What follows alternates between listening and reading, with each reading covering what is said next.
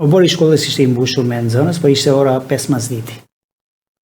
Them të drejtën, pyetja e parë që i bëra vetes ishte: ka shumë nxënës ka kjo shkollë sa duhet vazhdojmë mësimin edhe masditi?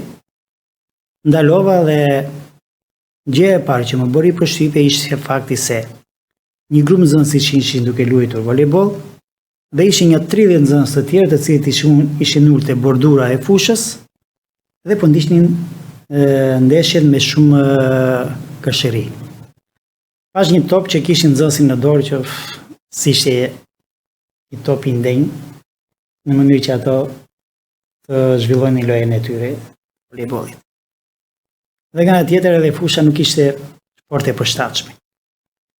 Dhe pasi jam përshëndet me nxënësit, puna e parë që bëra ishte ndalova në Bajramcur direkt, bleva 3 topa, të cilët u nis atyre nxënësve nëpërmjet një punonjësi të zyrës vendore. Tash do shkosh dhe ke disa nxënës atje dhe do ja dhurosh 3 topa nga ana ime, dhe nga ana tjetër arrita që të lidhem me 2-3 biznesmen të zonës dhe u kërkova ndihmë për sa i përket fushës sportive të Cernicës.